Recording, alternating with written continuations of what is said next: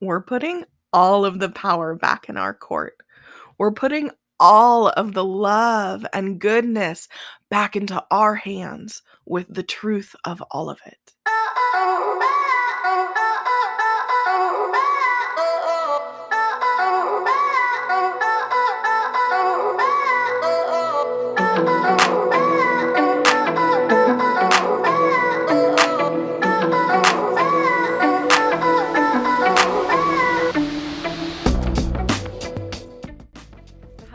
Hello, my darling sweet friend, and welcome to this coaching to stop your self-hate and for unearthing true and actual self-love. If we haven't met yet, I'm Kayla Vavra, a self-empowerment coach, coaching trainer, and poet. And I am absolutely delighted that we are spending this time together. We are going to do so much good here together. We are going to connect to your soul self. We are going to connect to your beautiful mind and your luscious body. And it is going to feel so good to have all of these things in harmony today, because that is what it's all about. Achieving harmony between your mind and your body and your spirit. Because wouldn't it be so amazing to not feel that inner sense of conflict, to not feel those feelings like you're at war with your own darn beautiful self? To not hear those mental thoughts in your head and think, geez, that was mean, or to believe them. So that is what we are talking about here with this unearthing. We are unearthing how your soul can have compassion and love for your mind that has those thoughts that we label rude or we label as self-hate. So we are bridging the gap between those dreams and desires that you have for yourself, that you know deep in your soul that they are meant for you, but your brain keeps telling you that they're not meant for you. And we are going to bridge the gap between these two sides of conflict today in this unearthing, in this delicious experience together. So, if you have not already, grab yourself a delicious, comforting beverage. I have some elderberry tea here. So, I also have some water because your girl likes to uber hydrate. So, grab whatever it is that makes you feel cozy and comfortable. We are going to be later using a tea metaphor. So, perhaps tea might be your jam today. So grab whatever it is. Get absolutely cozy and comfortable. And if you are watching this on the replay, please feel free to go grab whatever it is that you need. You have the benefit of hitting pause. And you and I together, my sweet friend, are going to go on this deliciously meditative and slightly hypnotic journey together to find that sense of peace and harmony within yourself that is absolutely possible for you. And what's really important for you to understand as we go into this experience is that we are going to be talking about viewing your quote undesirable or negative emotions through a lens of compassion and love today. And what makes that easier to do, to move past maybe that resentment that you feel towards having those thoughts or negative emotions, to be able to find yourself in a state to be able to be compassionate and loving towards yourself is to first and foremost understand that many of your fearful or angry or hurt reactions, many of your protection-based habits are ancestral or generational or evolutionary.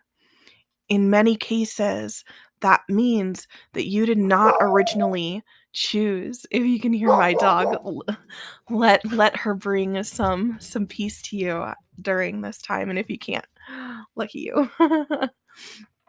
This means that often you did not originally choose these instinctual or habitual hate behaviors or thoughts or emotions. It means that you did not choose your fear. It means you didn't choose to react in anger or to react defensively, because your sweet unconscious mind has so much evolutionary or generational history of responding to trauma or to responding just to survival, which is so impactful. Your unconscious mind is born of generations of protecting you from lions and tigers and bears. Oh my.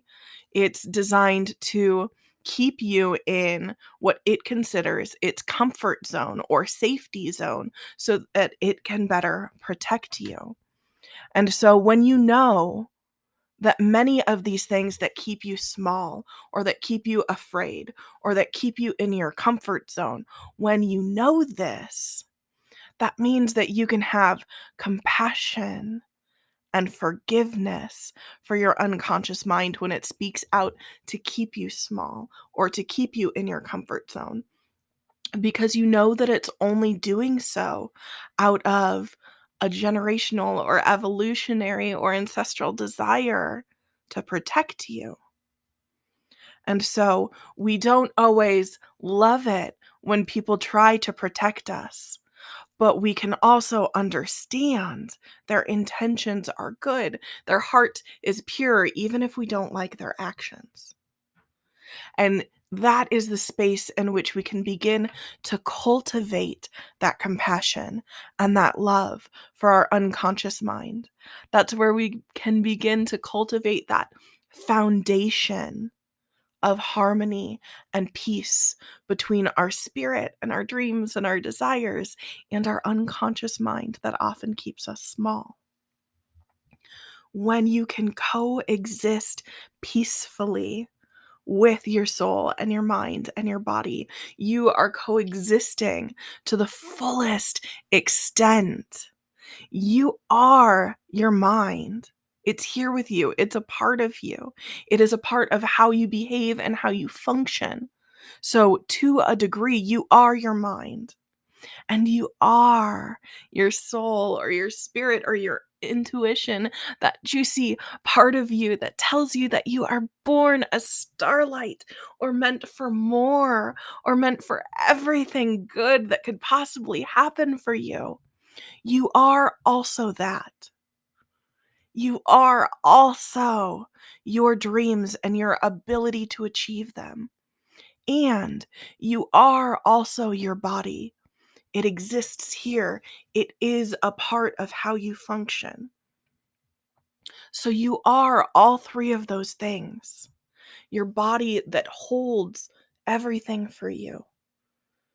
Your mind that helps you to function, and your soul that helps you to dream and achieve and get happiness and deliciousness and delight and joy. You are all of those things. And today we are harmonizing them, and it's going to be amazing.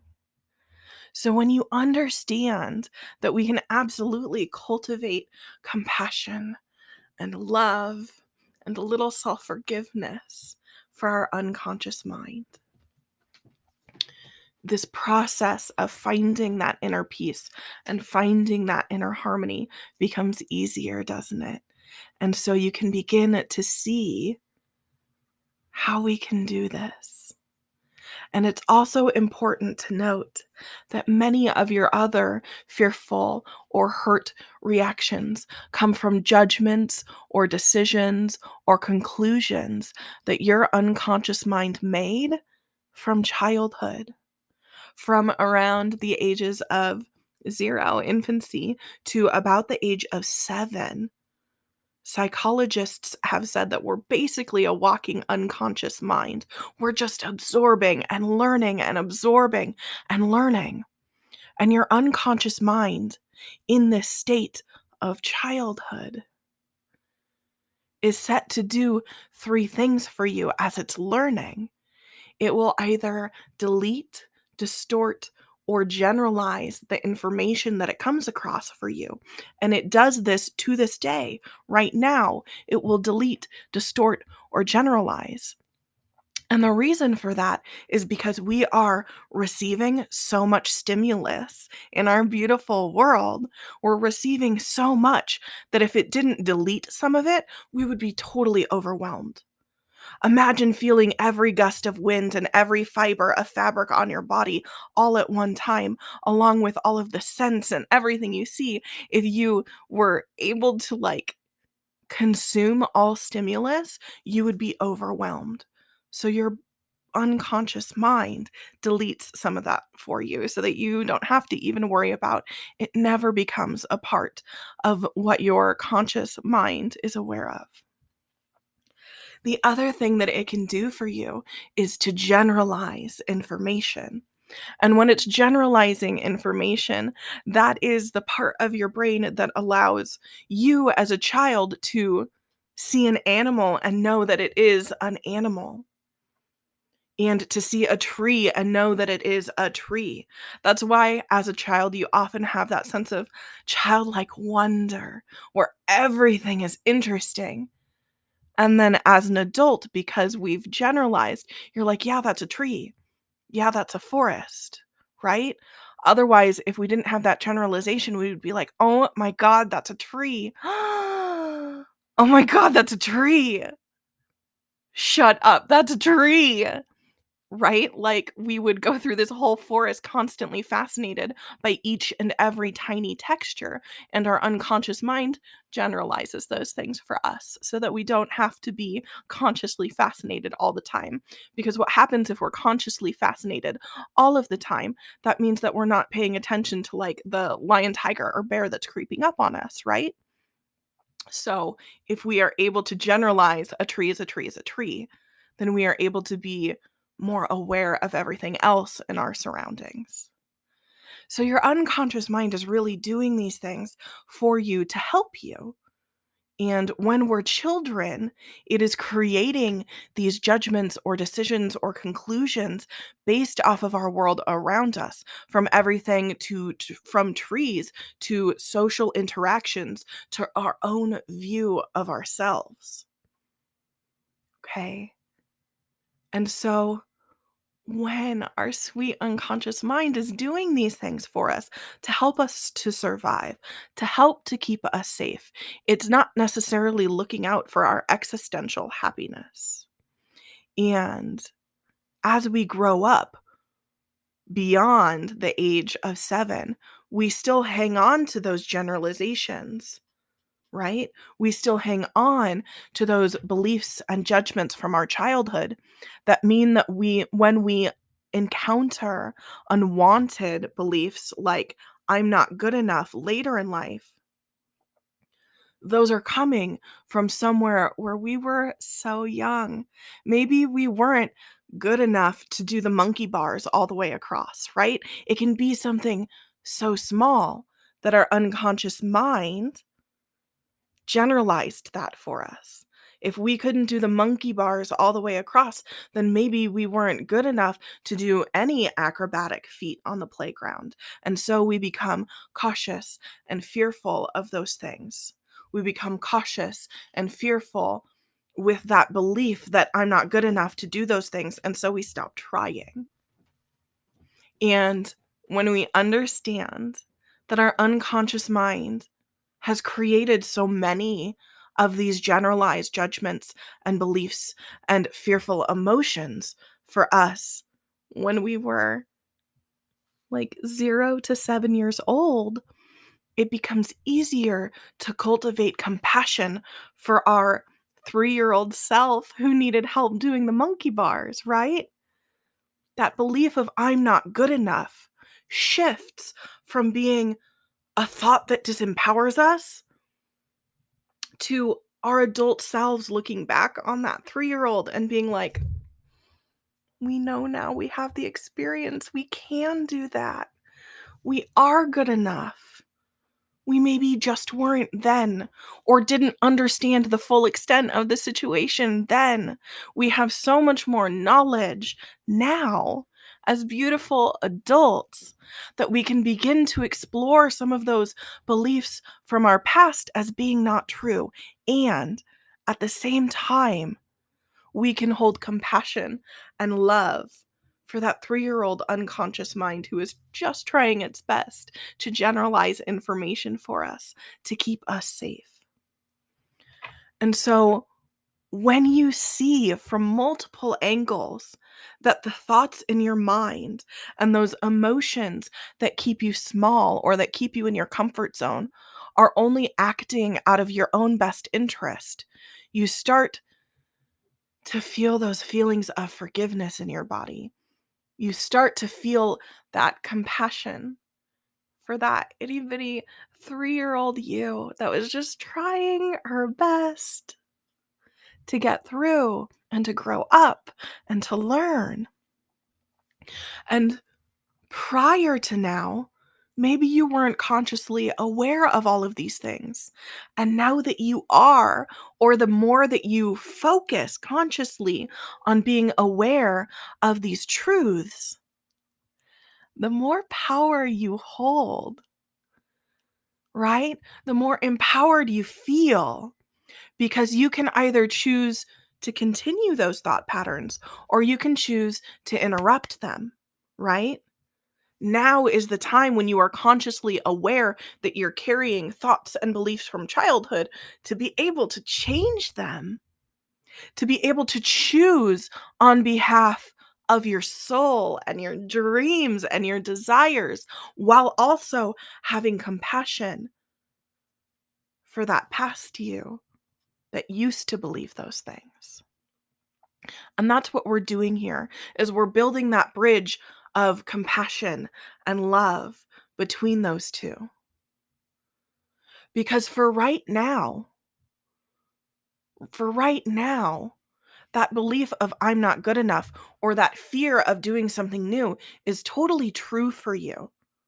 There's no use in denying that we're afraid to go try new things. There was no use in denying for me that I was afraid to leave my job to become an empowerment coach, right? Those fears are real. They are true.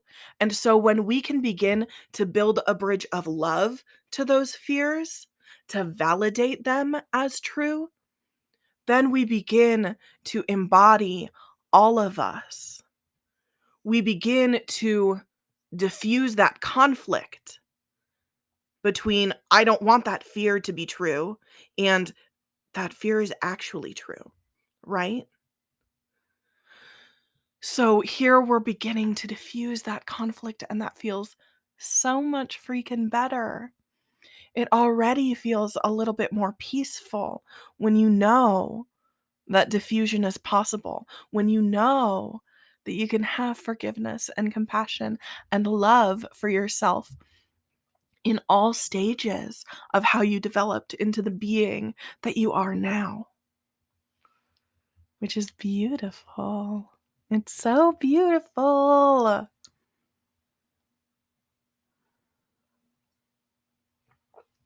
So it becomes easier and easier to see and to understand that your soul's desires and dreams and deliciousness totally coexists with your unconscious mind's thoughts and beliefs and emotions. It's up to you, my delightful, sweet friend. It's up to you, your soul's divine or delightful nature, on how you choose from now on to coexist with those beliefs and emotions. You can choose to continue to resist them. It's very tempting to do that, especially when those feelings are things like fear or hurt, right? A lot of what manifests for me specifically is fear. And then when I dig into it, it's a fear of being hurt. And it can be so tempting to go back to that place of resisting that hurt or resisting that potential for hurt, because no one wants that. Like, no one wants to be hurt. And when we choose to welcome that fear of hurt in with compassion, we're validating it. We're telling it that, yes, that's a true fear for me. I admit that that is true for me. And that resistance suddenly disappears. And you have that choice to choose to continue resisting or to welcome those emotions in with a little compassion and a little love so that they feel understood and validated. It feels so freaking good when you feel validated. I'm learning that as I go through the process of therapy, which is new as of a couple months for me. Gosh, the feeling of being validated feels so good. So the more that you can habitualize validating all truths for yourself, the more in love you are with yourself. The more you build this body of evidence that you are an advocate for everything that's true for you. From the luscious things like your dreams and desires and your fears. Because all of it is true. And when we choose to stop resisting, when we choose to welcome instead, we're putting all of the power back in our court.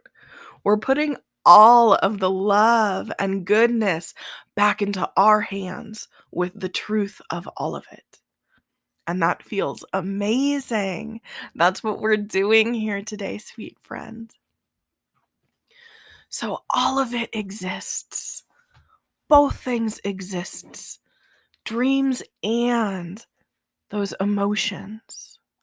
And the magic happens when you choose to love both. When you treat your whole self with love.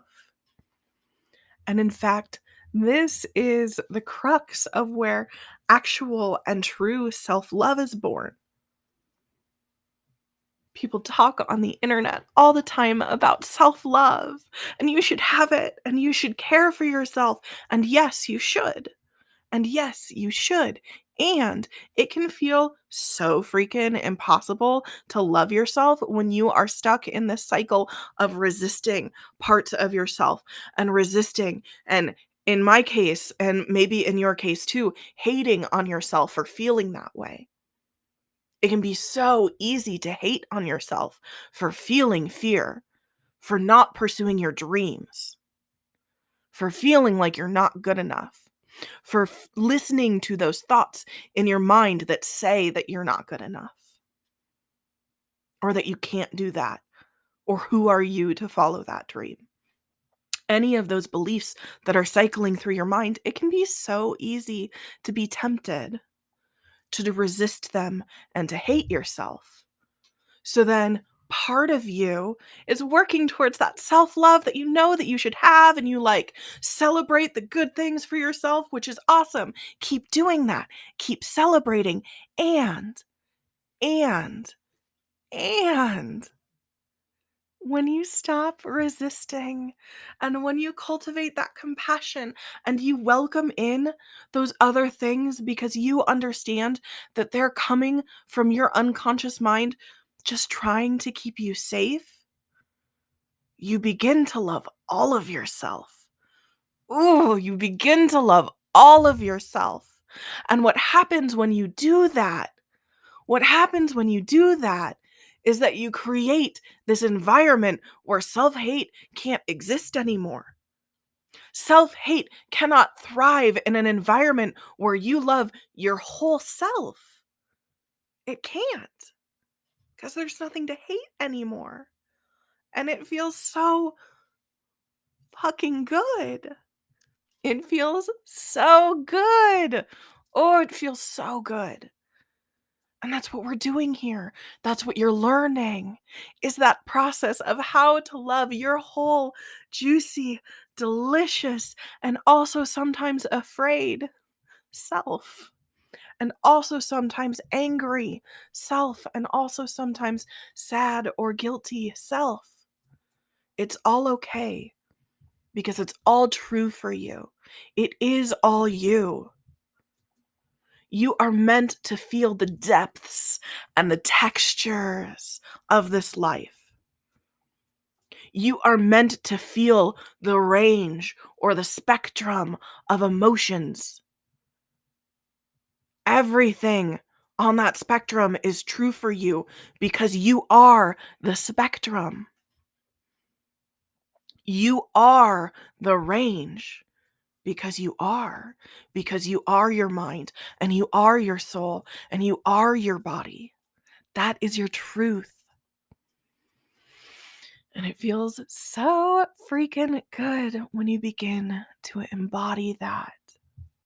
And we talk more about this in my program, Unearthing Secrets of Your Soul Self. So if this video has been helpful for you, I invite you to experience the full beauty of unearthing, where we talk a little bit more or a lot more about how to do this for yourself. And we go through a beautiful and groovy and delightful meditation where you get to practice this duality of holding both truths for yourself at one time and feeling into that beautiful and glorious self-love. So I invite you to click the link in the description below so that you can join us in unearthing at any time. And if it feels good for you, I invite you to thumbs up or thumbs down this video based on how you enjoyed the content. And if you would love more content like this, I invite you to hit the subscribe button so that we can hang out together on YouTube on the regular. So, with that said, I am sending you so much love.